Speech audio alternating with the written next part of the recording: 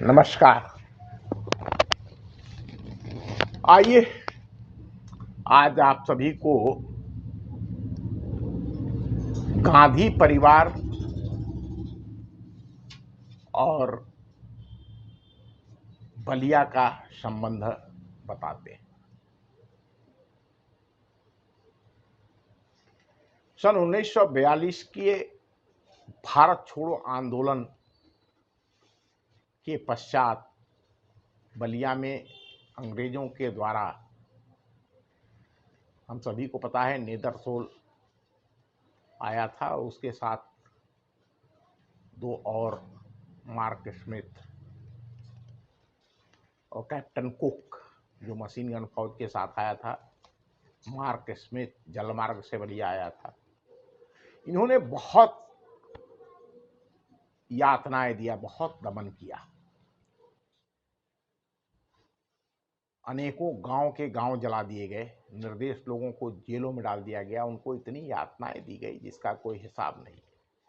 इसके अलावे इस 42 की क्रांति में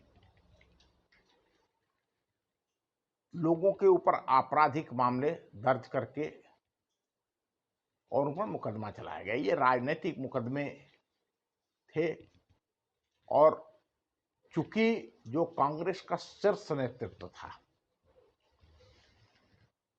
वह ब्रिटिश साम्राज्य के खिलाफ हुए इस विद्रोह को, इस बगावत को गलत मानता था, इसलिए कोई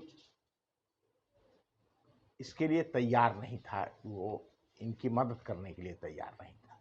सभी लोग, कहा जाता कांग्रेस में सब बैरिस्टर हैं, लेकिन जब बलिया में स्वतंत्रता आंदोलन को चलाने वाले, बलिया को आज़ाद कराने वाले लोगों के ऊपर फर्जी अवैध मुकदमे कर दिए गए तो कोई उनका पूछनहार नहीं था। ऐसे में ही फिरोज गांधी अर्थात जो संजय गांधी और राजीव गांधी के पिता, श्रीमती इंदिरा गांधी के पति थे, वो एक तारनहार बन के आए। उनके साथ सतीश चंद्र खर्रे थे, जिनको उन्होंने लगाया कि ये जितने बलिया के लोगों के ऊपर मुकदमे ब्रिटिश सरकार ने कर रखे हैं उनकी पैरवी आप करेंगे। इनके पास पैसे नहीं है कि ये वकील की फीस दें या जो भी कोर्ट में खर्चा होता है, इसकी व्यवस्था फिरोज गांधी ने बनाया। वह मिड्ढी मोहल्ले में हरिहर प्रसाद वकील के घर फिरोज गांधी रुके थे। उनके नजदीकी मित्रों में कर्नल ब्रिजबिहारी सिंह एडवोकेट भी थे। ब्रिजबिहारी सिंह इलाहाबाद से कानून की पढ़ाई किए थे, पर 1942 में उन्हें भी गिरफ्तार किया गया था। पुलिस फायरिंग में लाल पद्मधर मारे गए, परंतु ब्रिजबिहारी सिंह को गिरफ्तार कर लिया गया था। जेल में इनके संपर्क में कैलाशनाथ काटजू, लाल बहादुर शास्त्री, बहुगुणा के साथ फिरोज गांधी भी आए थे। ग्राम झरकटहा, जहां के ब्रिजबिहारी सिंह निवासी थे, वो पुलिस ने जी भरकर लूटा था और आग लगाकर फूंक दिया था। बलिया के क्रांतिकारियों की ओर से पैरवी करने के कारण यह भी था कि जिसके कारण फिरोज गांधी बलिया आए थे, आर्य समाज चौराहे के पास ब्रिजबिहारी सिंह का मकान था।